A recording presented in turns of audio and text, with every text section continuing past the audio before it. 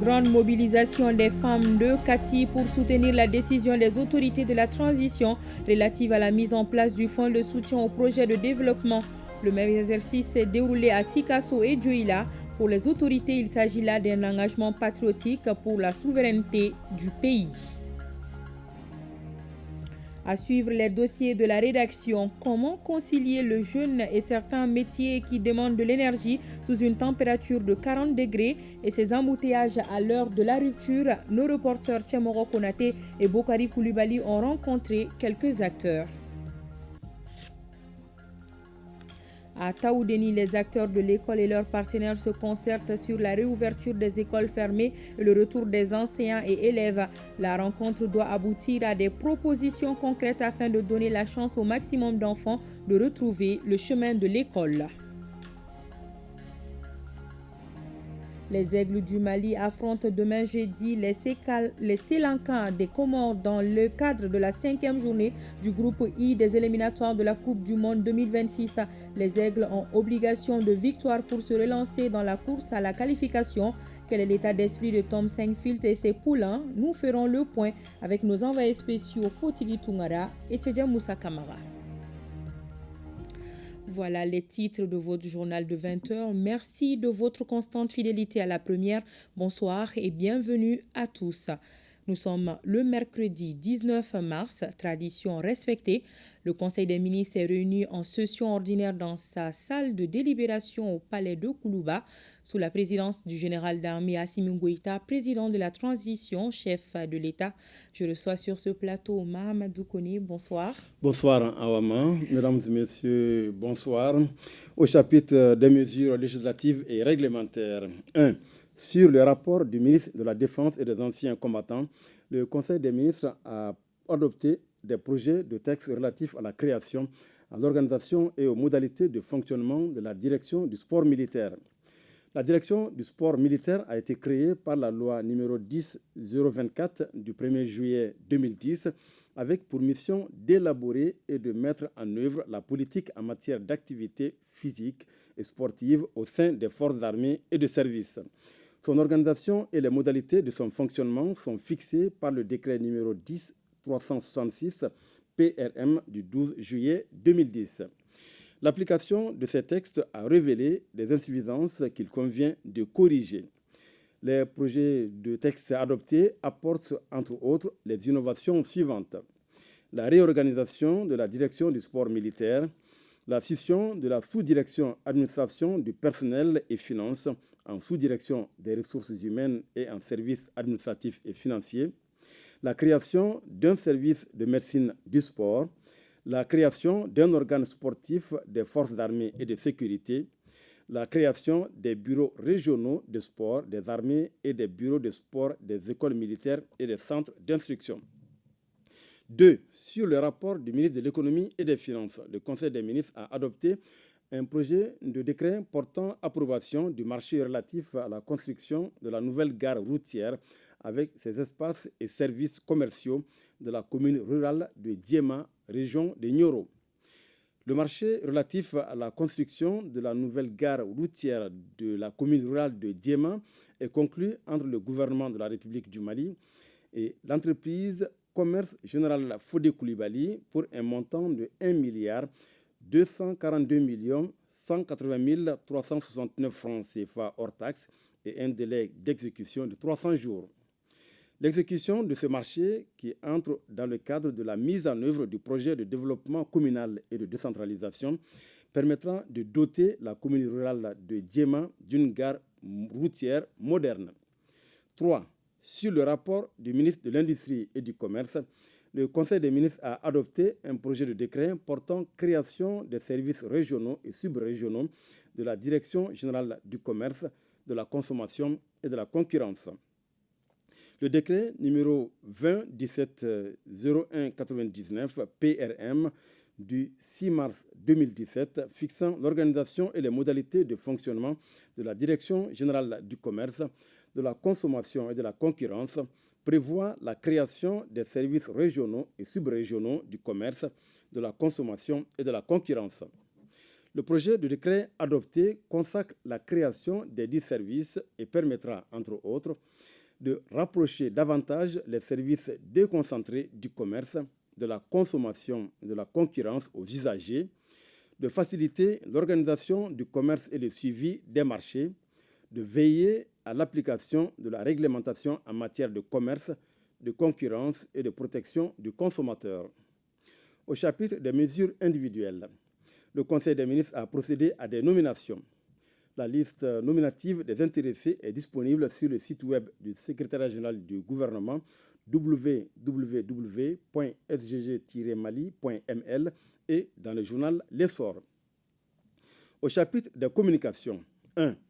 Sur le rapport du ministre de l'Économie et des Finances, le Conseil des ministres a pris acte d'une communication écrite relative au rapport des études portant sur le répertoire des politiques publiques au Mali et l'analyse de leur cohérence. Pour permettre au système national de planification du développement de relever les défis de la connaissance, de l'appropriation et de la cohérence des politiques publiques, le ministère de l'Économie et des Finances, à travers le Centre d'études et de renforcement des capacités d'analyse et de plaidoyer, a réalisé 2 études complémentaires sur le répertoire des politiques publiques au Mali et l'analyse de leur cohérence. L'étude sur le répertoire des politiques publiques a permis de répertorier et de porter à la connaissance des acteurs du développement et du public 73 politiques publiques en 2021, réparties entre 11 secteurs institutionnels ainsi que l'économie et les finances. Le répertoire ainsi constitué permettra d'une part l'adhésion et l'appropriation de ces politiques et d'autre part servira d'outil d'orientation des acteurs de la chaîne de planification. Cette étude a abouti au constat suivant. La non-mise à jour des plans d'action de certaines politiques publiques, la fragmentation de certaines politiques publiques avec un même problème central, la redondance entre certaines politiques publiques plus ou moins similaires appartenant à différents secteurs institutionnels, le coût élevé des plans d'action de certaines politiques publiques avec souvent une part très importante de financement à rechercher auprès des partenaires techniques et financiers, la faible pertinence de la tutelle institutionnelle de certaines politiques publiques. Tous ces constats entrent dans le cadre d'une problématique plus globale qu'est la cohérence des politiques publiques au Mali. L'étude sur la cohérence des politiques publiques au Mali cherche à combler les lacunes identifiées dans le domaine en mettant à la disposition du système national de planification des éléments d'analyse de la cohérence intra- et intersectorielle des politiques publiques. Les 2 études ont formulé plusieurs recommandations qu'il convient de mettre en œuvre pour prévenir les chevauchements et duplications dans l'action publique, renforcer la synergie entre les acteurs et assurer l'ancrage des politiques publiques au cadre de référence en vigueur, la vision Malikura Nitasira Kaben Sambafla Ni Bioroni Saba Ma et la stratégie nationale pour l'émergence et le développement durable 2024-2033. 2. Le ministre des Transports et des Infrastructures a informé le Conseil des ministres de la participation du ministère des Transports et des Infrastructures à la mission nationale de préparation du retour de l'administration à Kidal. En exécution des instructions du Premier ministre, chef du gouvernement, une délégation nationale s'est rendue en mission à Kidal du 19 au 22 février 2025 pour préparer le retour effectif de l'administration dans cette localité. La mission a formulé les recommandations ci-après. La réhabilitation des immeubles vandalisés et l'achèvement des bâtiments en construction, l'acquisition de matériel roulant, la réalisation des travaux de revêtement bicouche, la mise aux normes de la piste d'atterrissage de l'aéroport de Kidal, la réalisation d'études techniques pour la construction d'un ouvrage de franchissement sur l'Oued. 3. Le ministre de l'Éducation nationale a informé le Conseil des ministres de la mission d'évaluation des cantines scolaires à Kidal. En exécution des instructions du Premier ministre, chef du gouvernement, une délégation du ministère de l'Éducation nationale s'est rendue à Kidal du 19 au 22 février 2025, avec pour objectif principal d'évaluer l'état de fonctionnement des cantines scolaires, d'identifier les défis rencontrés et de renforcer les dispositifs d'approvisionnement en denrées alimentaires. La mission a recommandé, entre autres, la réhabilitation des cuisines, des magasins et des réfectoires, la réouverture des cantines scolaires de la région, le renforcement des stocks alimentaires, l'appui supplémentaire en vivres et en moyens logistiques, l'implication des acteurs locaux afin d'adapter le programme d'alimentation aux réalités de la région. 4. Le ministre de la Jeunesse et des Sports, chargé de l'instruction civique et de la construction citoyenne, a informé le Conseil des ministres de l'organisation au Mali du tournoi qualificatif de la zone Ouest A de l'Union des fédérations ouest-africaines de football réservé aux U17 garçons. L'organisation du tournoi qualificatif de la zone A de l'Union des fédérations ouest-africaines de football réservé à la catégorie U17 garçons est prévue du 18 octobre au 1er novembre 2025. Dans le cadre de son programme de développement arbitrage, la Confédération africaine de football a désigné la Fédération malienne de football pour accueillir les cours instructeurs arbitres prévus du 10 au 14 septembre 2025. Cette désignation du Mali est une reconnaissance des efforts consentis dans le domaine sportif, notamment la mise à disposition des stades répondant aux normes internationales homologuées par la Fédération internationale de football association. Par ailleurs, ce tournoi sera l'occasion pour notre pays de démontrer sa capacité à accueillir de grands événements à travers notre légendaire Djatiguia. 5. Le ministre des Maliens établi à l'extérieur et de l'intégration africaine a informé le Conseil des ministres de la situation des Maliens établis en Mauritanie. Les reconduites aux frontières par les autorités mauritaniennes à l'encontre des étrangers constatées le 2 mars 2025 par notre ambassade à Nouakchott et par les autorités locales à Gogui se sont poursuivies durant la semaine du 10 au 16 mars 2025. La situation a connu des évolutions qui ont amené le département à renforcer son dispositif d'accueil et d'assistance à nos compatriotes reconduits à Gogui et à Caille. Compte tenu des tensions observées auprès de certaines organisations de la société civile et des populations locales, le ministère a poursuivi ses actions d'information et de sensibilisation de nos compatriotes dans le sens de l'apaisement à travers les médias. En vue de faire face à l'afflux des migrants, le gouvernement renforcera les efforts d'assistance sur place en apportant un appui aux autorités locales des communes d'accueil et régionales. 6. Le ministre de l'Entrepreneuriat national, de l'Emploi et de la formation professionnelle a informé le Conseil des ministres de la tenue de la cérémonie d'engagement des jeunes diplômés du 14e contingent du programme de stage de formation professionnelle de l'Agence pour la promotion de l'emploi des jeunes, tenue le 14 mars 2025. La cérémonie d'engagement des jeunes diplômés du programme de stage de formation professionnelle est un événement solennel au cours duquel les nouveaux stagiaires prêtent serment et s'engagent à servir le Mali pendant une période de 12 mois. Ce programme permet aux stagiaires de se familiariser avec l'éthique et les valeurs de l'administration ainsi que des structures d'accueil des secteurs parapublics et privés. Le Premier ministre, chef du gouvernement, en présence de plusieurs membres du gouvernement et des représentants d'institutions, a officiellement mis en route le 14e contingent, marquant ainsi le début de leur engagement effectif dans le cadre de ce programme. 7. Le ministre de l'Environnement, de l'Assainissement et du Développement durable a informé le Conseil des ministres du lancement d'un appel à candidature pour la sélection d'institutions d'enseignement supérieur pour la formation en master ingénierie et développement durable et management de l'environnement. L'appel à candidature visant à sélectionner 2 institutions d'enseignement supérieur s'inscrit dans le cadre du projet de restauration des terres dégradées et répond à l'impératif de renforcer l'appui institutionnel ainsi que les capacités humaines indispensables à la restauration des paysages et à l'adaptation des défis climatiques. Cette initiative vise à structurer un cadre académique d'excellence permettant la formation de spécialistes hautement qualifiés pour accompagner la transition écologique et le développement durable. Dans cette perspective, l'appel à candidature entend identifier des institutions capables de garantir une formation de haut niveau conforme aux standards académiques internationaux. B. De l'organisation d'un concours interquartier de salubrité à Bamako et à Kati pour améliorer le cadre de vie des populations et prévenir les risques d'inondation. Les inondations récurrentes à Bamako et environ sont aggravées, entre autres, par l'obstruction des caniveaux et collecteurs d'eau pluviale par des déchets solides.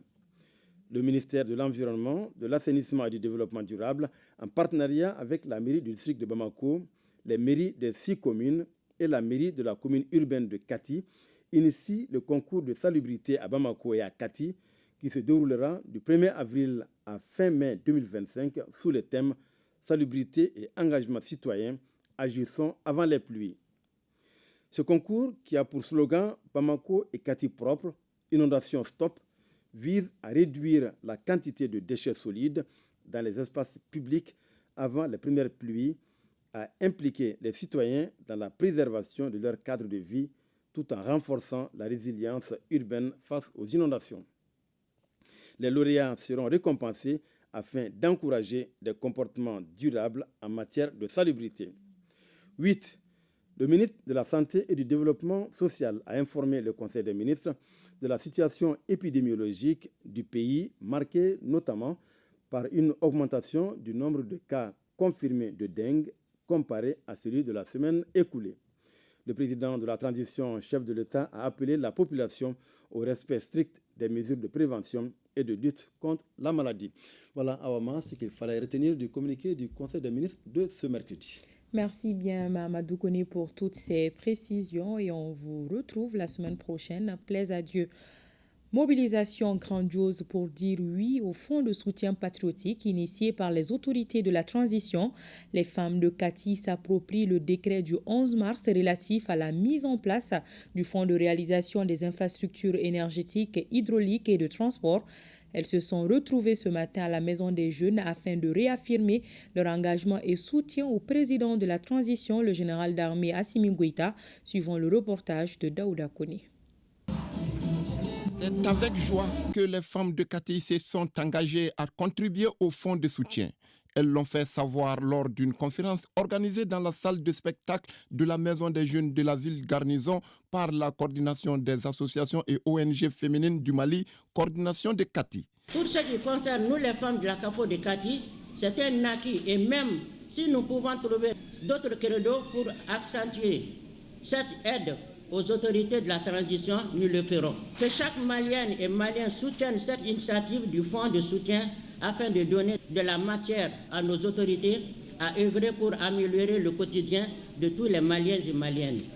Animé par Badra Alou Sankaré, président de l'Alliance Mali-Tanien, cette rencontre d'information portait sur les textes relatifs au fonds de soutien patriotique. Les femmes de Kati, à travers notre communication, se sont engagées à accompagner et à soutenir cette heureuse initiative des plus hautes autorités sous le leadership éclairé du général d'armée Assimi Goïta pour la souveraineté irréversible, pour le développement économique, social et culturel de notre pays. Au dire des autorités coutumières, traditionnelles et administratives, la nouvelle taxation sur la téléphonie est un tremplin pour le développement harmonieux du Mali. Jeûne et recherche du pain quotidien ne font toujours pas bon ménage, surtout quand le mercure affiche les 42 degrés parfois. C'est le cas par exemple pour le métier de forgeron qui demande assez d'énergie. Le constat a été fait par l'une de nos équipes qui s'est rendue au flanc de la colline à Médina Croix, un endroit qui abrite de nombreuses forges. L'ambiance d'une matinée avec les forgerons ce mois de Ramadan avec Tchemoro Konaté. Au moment où le soleil s'apprête à rejoindre sa tanière, les Bamakois eux aussi foncent à vive allure pour regagner leur domicile. Ils n'ont qu'un seul objectif, arriver à temps à la maison pour la rupture du jeûne. Et c'est parti pour une course effrénée contre la montre. Embouteillages et indiscipline dans la circulation sont autant d'incidents occasionnés par ces retardateurs.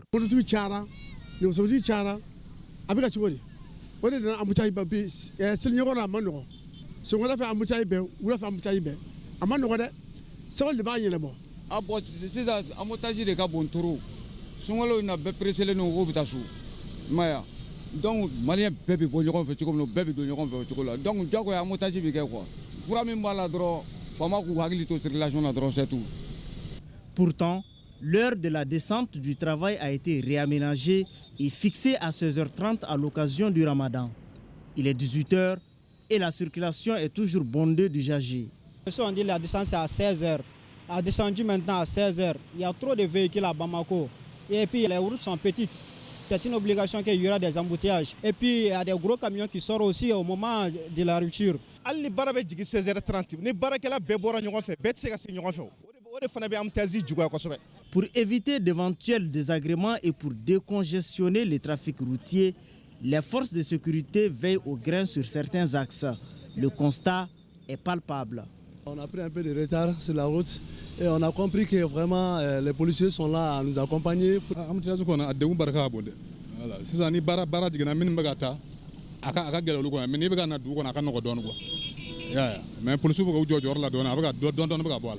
Bloqués dans les embouteillages, certains usagers se voient obligés de rompre le gain en pleine circulation. Devenue monnaie courante, la course effrénée contre la montre à l'heure de la rupture du jeûne doit être mieux examinée. La vigilance doit être de mise si l'on ne veut pas rompre son jeûne après, voire avant l'heure. Voilà, vous l'aurez compris, toutes nos excuses pour ce problème d'aiguillage. Vous venez plutôt de suivre le reportage de Bokari Koulibaly sur les embouteillages et la rupture de jeûne. Et nous retrouvons Tchemoro Konaté qui va plutôt nous parler et qui a fait plutôt un constat à Médina Croix sur les métiers et puis la rupture de jeûne. Et oui, Beni Kabara a chacun son métier. Ils sont nombreux les artisans à faire carrière dans le recyclage des fers ici au flanc de la colline au marché de Médine en commune 2 du district de Bamako. On les appelle les forgerons. Si certains exercent ces métiers pour l'avoir hérité de la lignée, d'autres se sont retrouvés dans le domaine par la force des choses.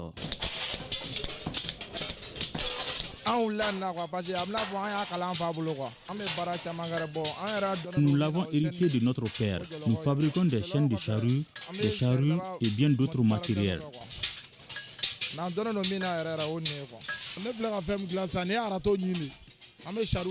Je suis en train de fabriquer un râteau comme ça. Nous fabriquons des charrues, des chaînes de charrues et une sorte de houe destinée notamment à la région du Mopti. Ainsi, le métier de forgeron se présente comme une activité génératrice de revenus qui demande assez d'énergie. En cette période de chaleur, couplée au mois de Ramadan, la pression est devenue plus intense. Si certains arrivent tant bien que mal à concilier les deux, d'autres en revanche s'abstiennent de jeûner pour des raisons diverses. Il y a des jours où j'achète de la glace pour rafraîchir mon corps. Il arrive souvent que je cesse de travailler à la mi-journée pour aller me reposer, tout comme je passe souvent la journée au travail pour la simple raison que c'est ma seule source de revenus.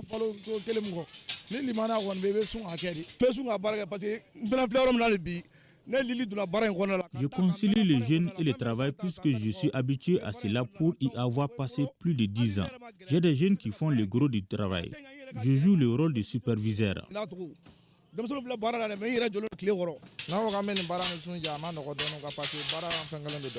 S'il faut concilier ce travail et le jeûne, c'est fastidieux. Après le mois de Ramadan, je paie à travers un don alimentaire.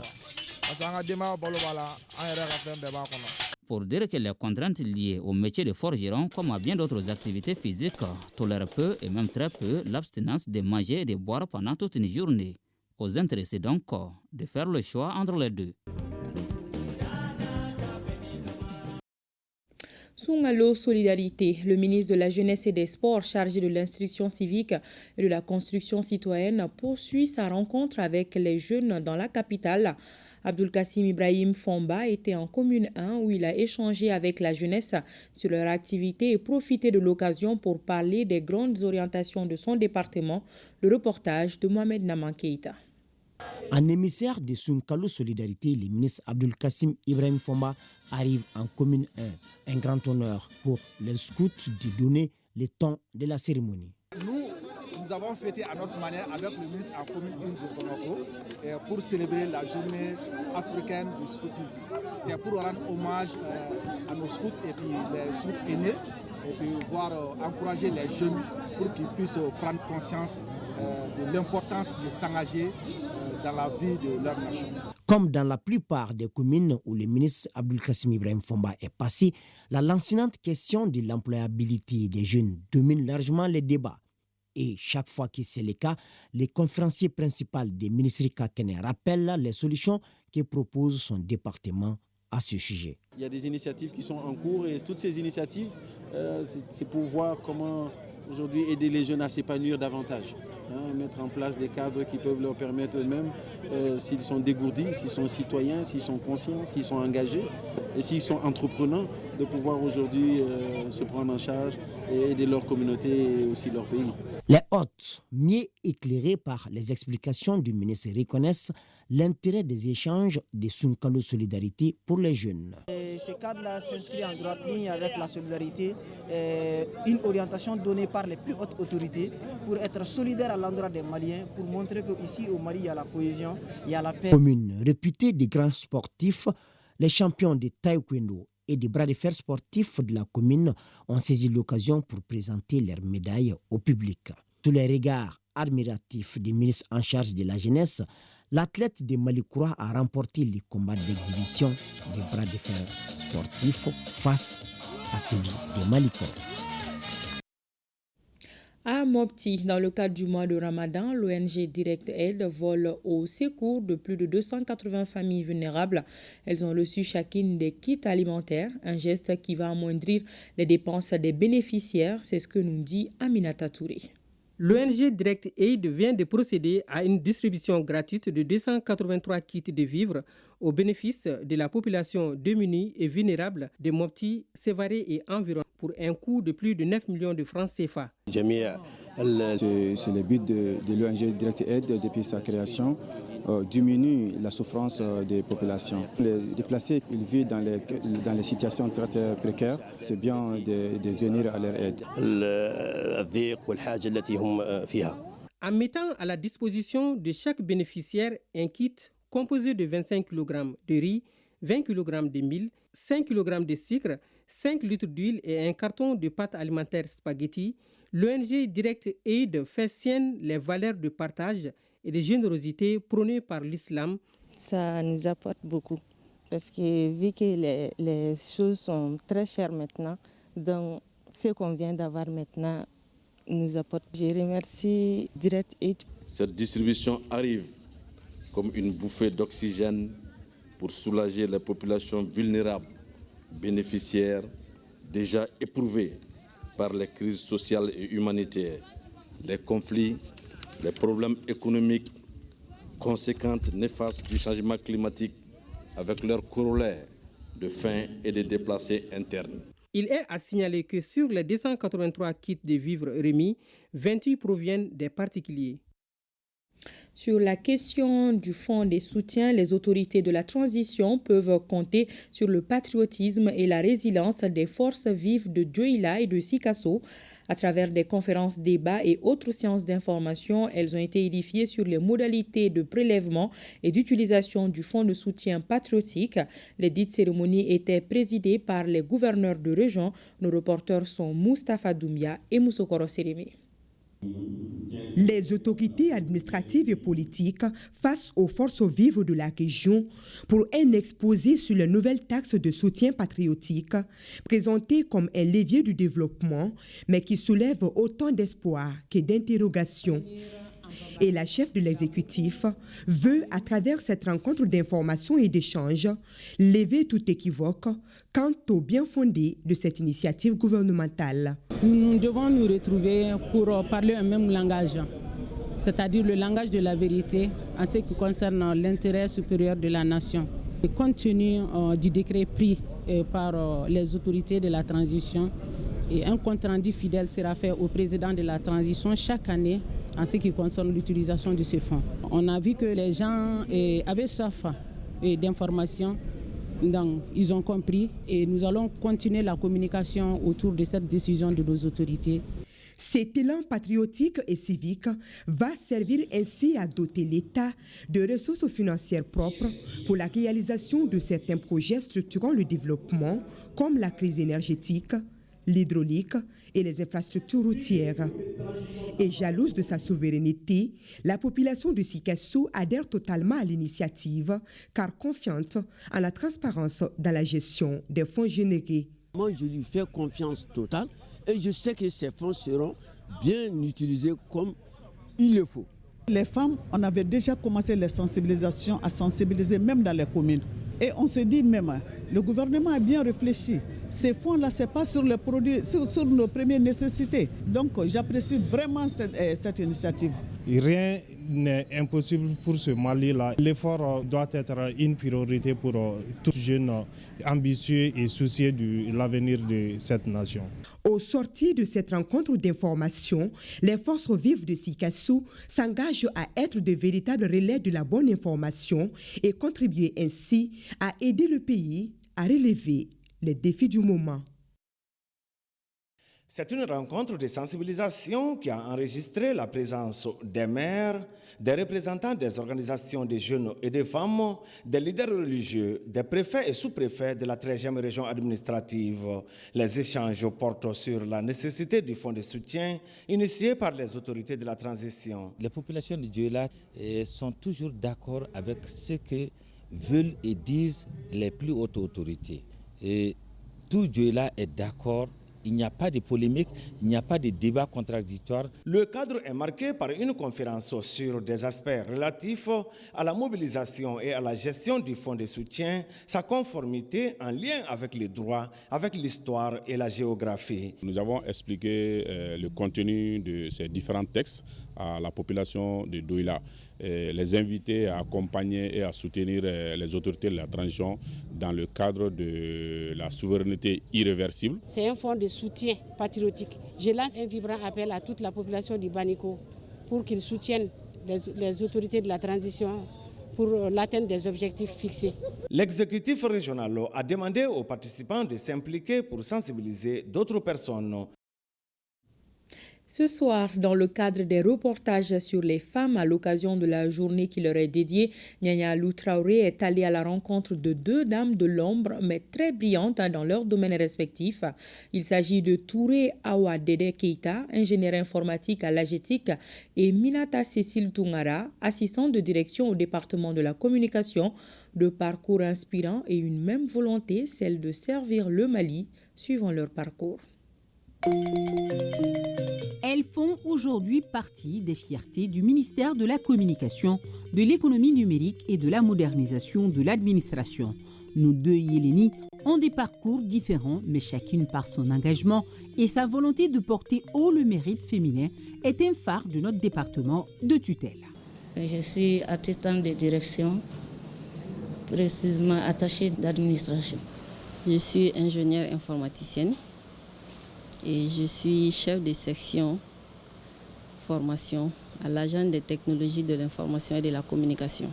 Les dames Keita et Tungara ont déjà beaucoup d'années de service derrière elles. C'est dans les années 2000 qu'elles intègrent l'administration publique. Madame Touré Awa Dede Keita obtient son baccalauréat scientifique en 1999 au lycée Ba Aminata Diallo. Une fois ce parchemin en main, c'est à l'École nationale d'ingénieurs qu'elle dépose ses valises avec comme ambition de sortir ingénieure en génie industriel. À bas âge, je voulais faire la science. L'idée, c'était pour être médecin. Donc, après le bac, je suis allée à l'école de médecine, mais je n'ai pas pu continuer. Je suis allée à l'école polytechnique de Bamako pour faire le DEUG. C'est au moment de faire le 2 que j'ai apprécié l'informatique. Lors de mon thème, j'ai fait sécurité du système d'information. Et je pense que c'était la première fois à l'école qu'une dame prenne le thème de ce genre à l'ENI. À l'AGETIC, Madame Touré est une femme accomplie. Que dis-je? Autonome. Ses collègues le confirment et ont très confiance en ses aptitudes professionnelles. Dans le domaine de la formation, si elles maîtrisent bien leur métier, donc elles sont à mesure de transmettre le savoir facilement plus que certains hommes. On a des braves dames ici, comme Madame Touré, qui est toujours disponible et engagée. Mariée et mère de 2 enfants, notre ingénieure est aussi la présidente des femmes de l'AGETIC. Ces derrière ne tarissent pas d'éloges à son endroit. Elle donne le meilleur d'elle-même. Et on doit se servir d'elle comme exemple pour toutes les femmes. C'est une battante, ça il faut le reconnaître. Un directeur de service sans secrétaire particulier est comme un arbre sans feuilles, dit-on. Et ce n'est pas le secrétaire général du département de la communication qui nous dira le contraire, en parlant de celle qui veille au bon fonctionnement du service par son apport discret, mais ô combien important. La secrétaire particulière est la personne la plus proche dans le cadre de notre fonction. C'est la personne avec laquelle on passe toute la journée, du matin jusqu'au soir. C'est la personne avec laquelle on partage certaines confidences de l'État. Elle ne rentre jamais sans traiter l'ensemble des dossiers.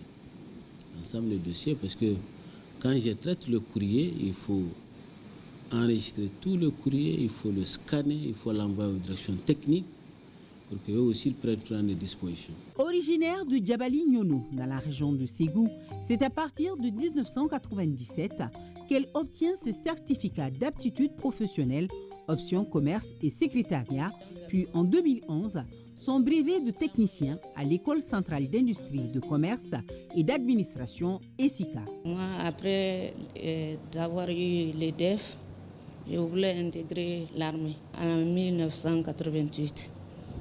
En ce moment, on n'acceptait pas les femmes à la gendarmerie. Donc j'étais découragée, je me suis mariée. Bon, après j'ai perdu mon mari.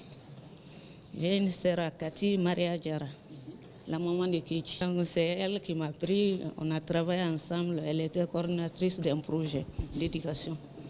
Et là-bas, elle a payé un informaticien pour me former, pour que je sois sa secrétaire. C'est là-bas que j'ai pris l'ambition. Je suis venue m'inscrire au CFTQ 10 ans après mon DEF, pour reprendre à zéro ma vie.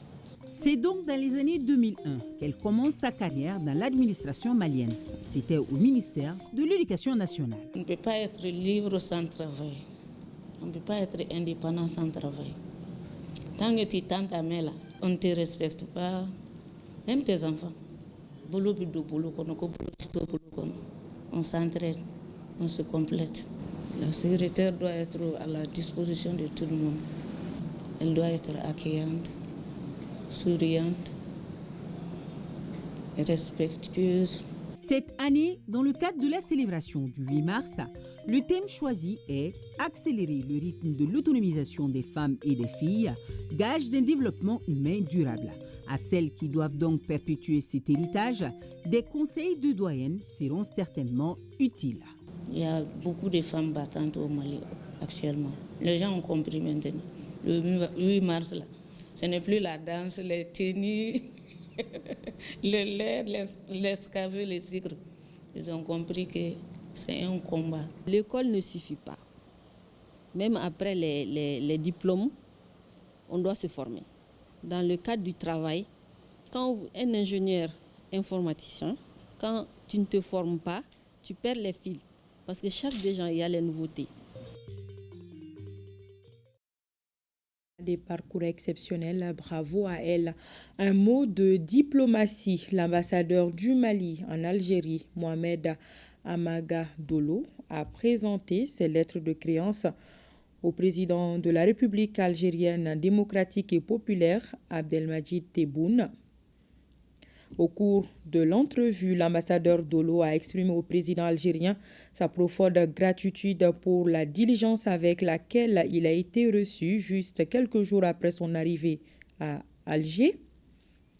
Il a saisi l'occasion pour transmettre au président Tebboune les salutations fraternelles et amicales du général d'armée Assimi Goïta, président de la transition, chef de l'État.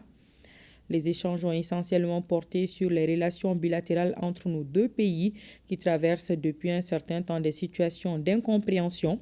Et à cet égard, les deux personnalités ont rappelé que le Mali et l'Algérie sont deux pays frères et voisins liés par l'histoire et la géographie et ont souligné la nécessité de continuer à travailler ensemble pour surmonter les défis communs avec confiance, courage et détermination. Le programme Tungaranke de l'ERTM organise l'émission Top Étoile le mois prochain en France. C'est à l'invitation des représentants des 18 villages et 54 hameaux de la commune de Diagon dans le cercle d'Ouzbi-Djandia. La BESIC Mali sera présente avec les opportunités de développement qu'elle offre aux communautés à la base à travers l'ouverture des comptes.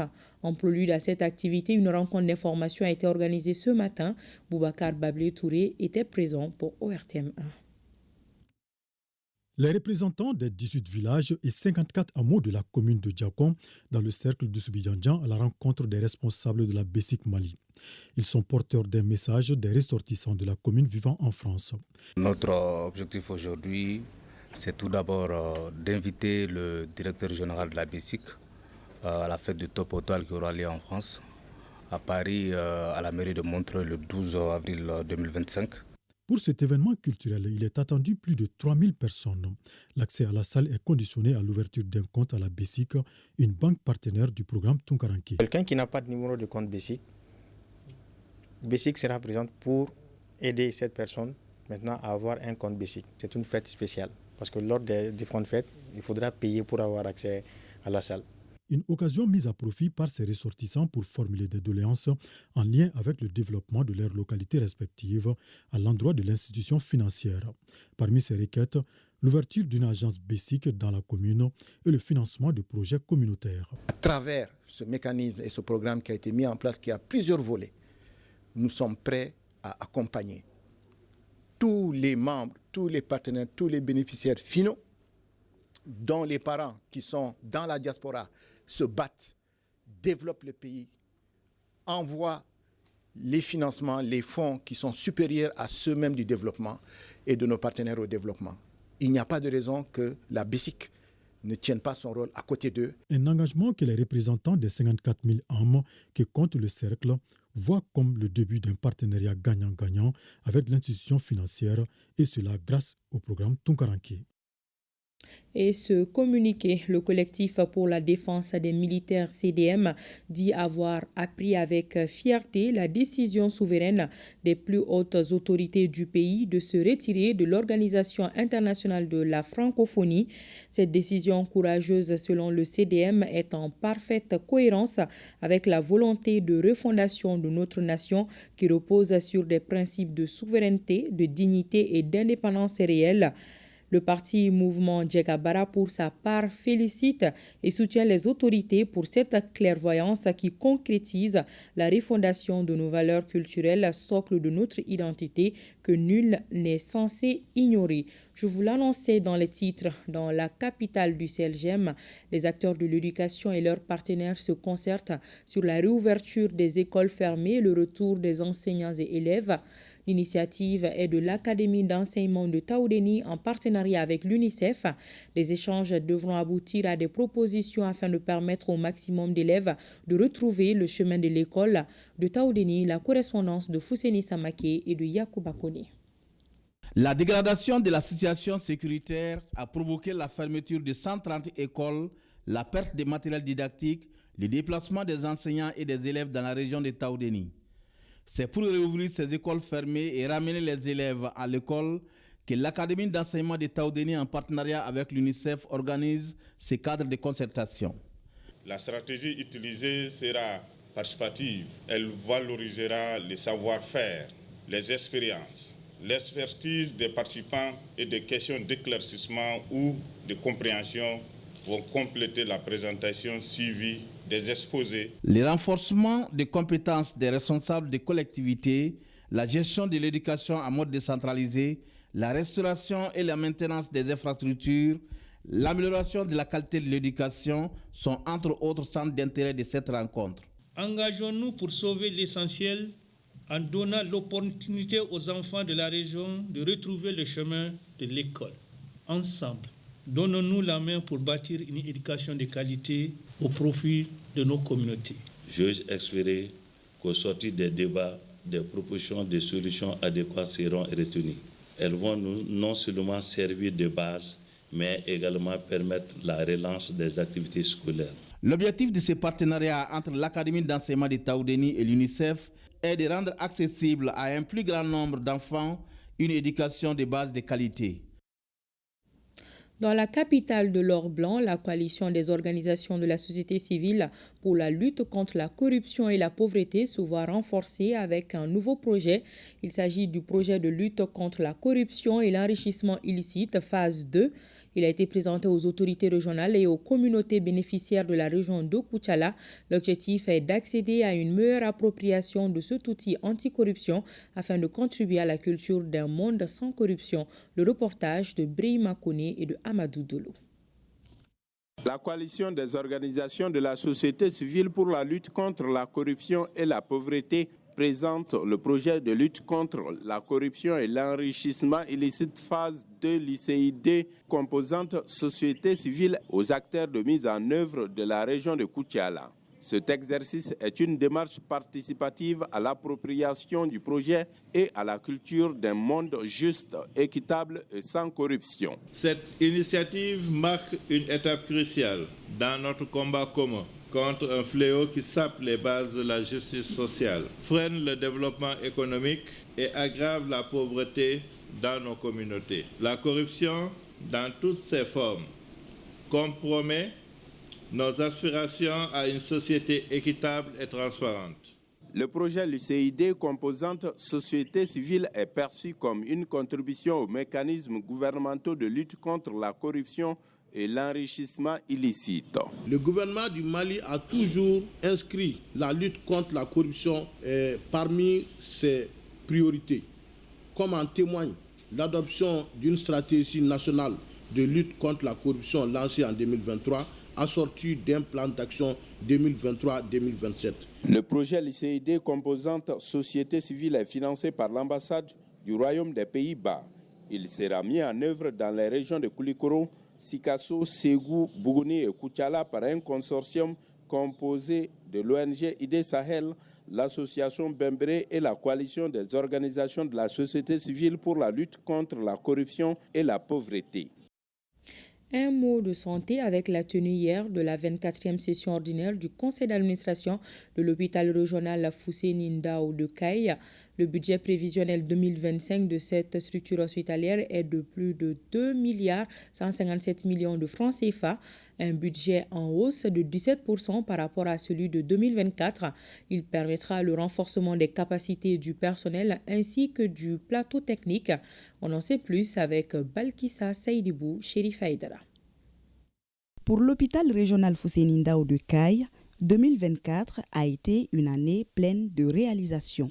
Il s'agit entre autres de la mise de l'hôpital sur une ligne prioritaire permettant une desserte quasi permanente en électricité, la modernisation du plateau thermique, je veux parler de la relance du scanner, de l'installation de l'appareil de mammographie, de l'appareil de fibroscopie et des colonnes d'endoscopie.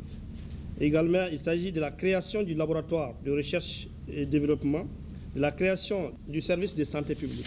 Concernant l'exécution budgétaire de 2024, nous avons atteint un taux de réalisation de 116% sur les ressources allouées par l'État et 104% sur les ressources propres.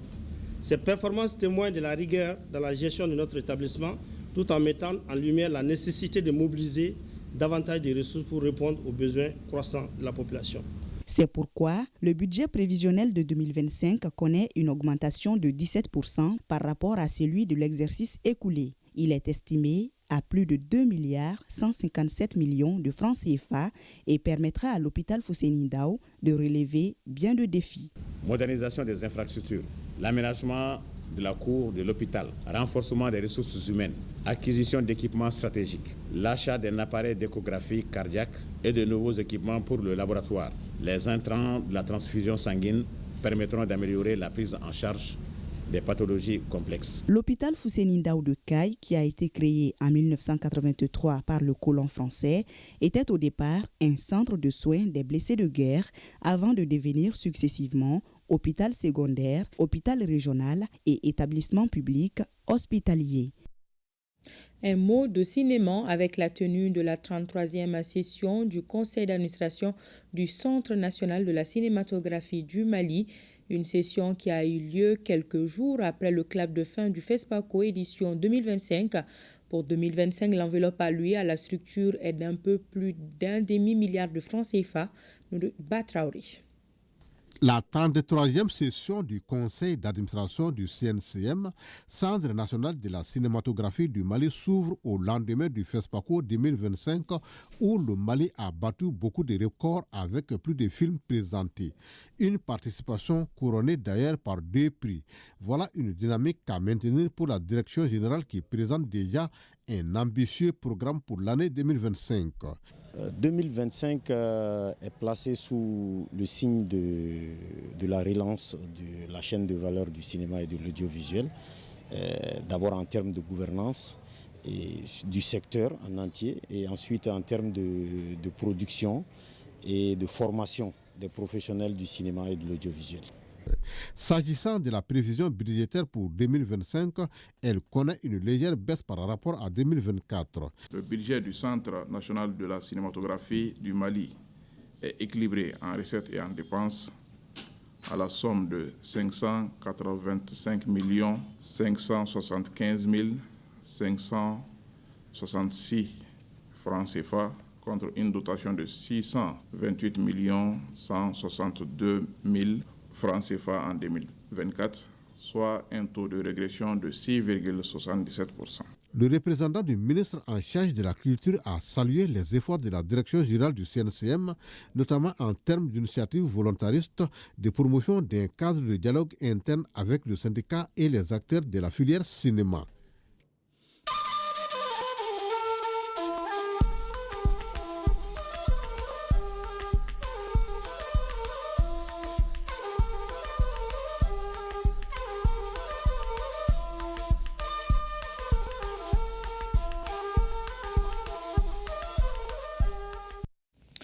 AES Actualité au Burkina Faso, le ministère de la Justice a organisé un point de presse hier mardi pour annoncer le déroulement de la première phase de l'édition 2025 des Journées nationales d'engagement patriotique et de participation citoyenne. Les dites journées sont prévues du 26 mars au 9 avril 2025. Des détails avec Tanga Kafando. La première phase de l'édition 2025 des Journées d'engagement patriotique et de participation citoyenne se tiendra du 26 mars au 9 avril prochain. L'information est donnée aux médias par le secrétaire général du ministère de la Justice et des Droits humains, chargé des relations avec les institutions. Pour cette première phase de l'édition 2025, le gouvernement invite l'ensemble des citoyens à mener la réflexion sur le thème suivant. Je cite: pour l'ordre et la discipline, 2 points, je m'engage, avec un point d'exclamation. Fin de citation. Pour les conférenciers, le thème revêt une importance capitale au regard du lien direct entre la discipline, l'ordre et le développement. Ce thème vise à engager les citoyens à l'autodiscipline et à instaurer une culture de la discipline comme mode de vie. Il s'agit, à travers ce thème, de susciter et de renforcer une véritable culture de la discipline et de l'ordre dans tous les secteurs de notre vie sociale, notamment au sein de l'armée, de l'administration publique, dans la vie associative, à l'école, dans les marchés et yards, dans nos villages et dans nos hameaux. Pour cette première phase de l'année 2025 des Journées d'engagement patriotique et de participation citoyenne, le département en charge de la justice prévoit plusieurs activités. Il s'agit notamment, le 26 mars à 7h30, de la montée des couleurs en langue nationale, Bissa. Le 29 mars à 9h, lancement du prix du meilleur engagement citoyen. Le 2 avril à 15h, lancement des conférences sur le civisme et la participation citoyenne dans les écoles, les universités et les centres de formation professionnelle dans toutes les régions. Instituées par décret le 3 avril 2024, les journées d'engagement patriotique et de participation citoyenne visent à développer chez les Burkinabés les valeurs de travail, de dignité, de tolérance, de patriotisme, d'esprit de sacrifice, d'engagement pour le bien-être collectif, d'ordre et de discipline. Au Niger, les travaux de la 3e session extraordinaire du Conseil consultatif national de la politique fiscale se sont achevés hier. Parmi les sujets abordés, les mesures fiscales des lois de code sectoriel, les domaines et la fiscalité des collectivités territoriales. Le reportage de Jocelyne Amoussou. Cette 3e session extraordinaire du Conseil consultatif national ad hoc de politique fiscale vise à examiner les mesures fiscales des lois et codes sectoriels, la fiscalité des collectivités territoriales et la gestion de la propriété foncière. Vos échanges ont été d'une grande qualité et vos propositions et recommandations formulées lors de la précédente session extraordinaire ont été particulièrement pertinentes. Pour donner suite à vos suggestions, je puis vous assurer que des mesures ont déjà été prises au sein de la Direction générale des impôts pour les examiner de manière approfondie en tenant bien sûr compte des impératifs budgétaires de l'État et de la nécessité de renforcer l'accompagnement du secteur privé. En ce qui concerne les mesures fiscales contenues dans les lois et codes sectoriels, des réaménagements tant sur le fond que sur la forme sont nécessaires afin de rationaliser les dépenses fiscales dans notre pays. Accroître la mobilisation des ressources en rationalisant les dépenses fiscales, optimiser la gestion des régimes fiscaux dérogatoires en usant des mesures législatives et administratives pour une fiscalité orientée vers le développement, c'est l'objectif final de cette assise.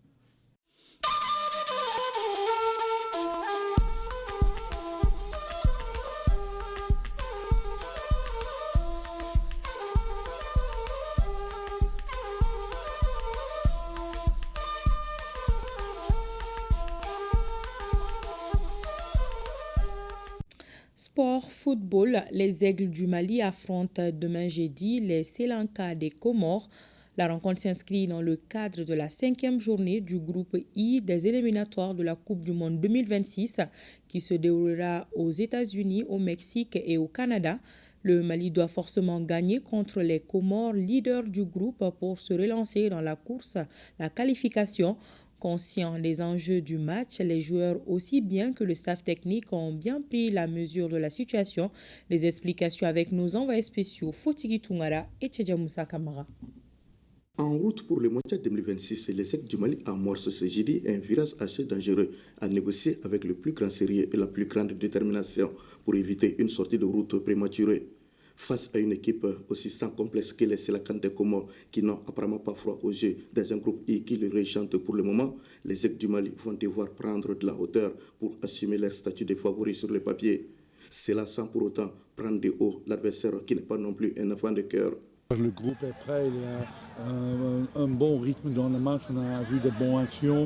Je pense que tactiquement et psychologiquement on est prêt. Naturellement, nous sommes 4e dans le groupe, mais au tirage, nous sommes dans le poteau 1, on va jouer comme un numéro 1. Dans un engrenage, depuis leur faux pas lors des 3 dernières journées contre Madagascar, le Ghana et la Centrafrique, les Aigles du Mali n'ont plus le droit à l'erreur. C'est pourquoi ils doivent se munir de tous les atouts pour rebattre les cartes dans ce groupe I. Dans ce genre de situation-là, si tu n'as pas confiance en toi, ça sert à quoi? Donc voilà, nous on est confiants, on a confiance en nous. Peu importe, quand on joue contre le Brésil, le Comore, c'est pareil pour nous. On sait très bien ce que représente le match, non seulement pour nous et aussi pour le peuple malien. En plus de la visée pour le mondial 2026, ce Comore Mali revêt un caractère historique, puisque ce sera la première confrontation de l'histoire entre les Aigles et les Sri Lanka, ce qui peut conférer à un match ordinaire un caractère particulier.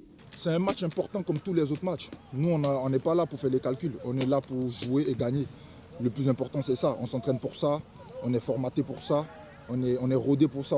Mali n'a jamais joué contre Comores. Moi, mon premier match dans l'histoire du football comme sélectionneur, c'est contre Comores. Même si les Aigles n'avaient pas encore joué les Sri Lanka, c'est Comores Mali de ce jeudi au stade de Berkane au Maroc à partir de 21h sous la direction des arbitres soudanais ne sera pas une découverte pour le coach Tom Senfit. Le technicien belge a commencé sa riche carrière de sélectionneur avec la Namibie par une victoire de 3-0 sur les Comores. D'un inédit à un autre, on espère que l'histoire se répétera pour lui au grand bonheur des Aigles et du Mali tout entier. Et la rencontre entre le Mali et les Comores à suivre demain jeudi 20 mars à partir de 21h, temps universel sur nos antennes ORTM1 et la Radio Nationale. Et en raison de la diffusion de ce match, la grande édition de ce jeudi vous sera présentée à partir de 20h15. C'est la fin de cette édition. Merci de votre attention. Pensée spéciale à nos femmes. Bonsoir.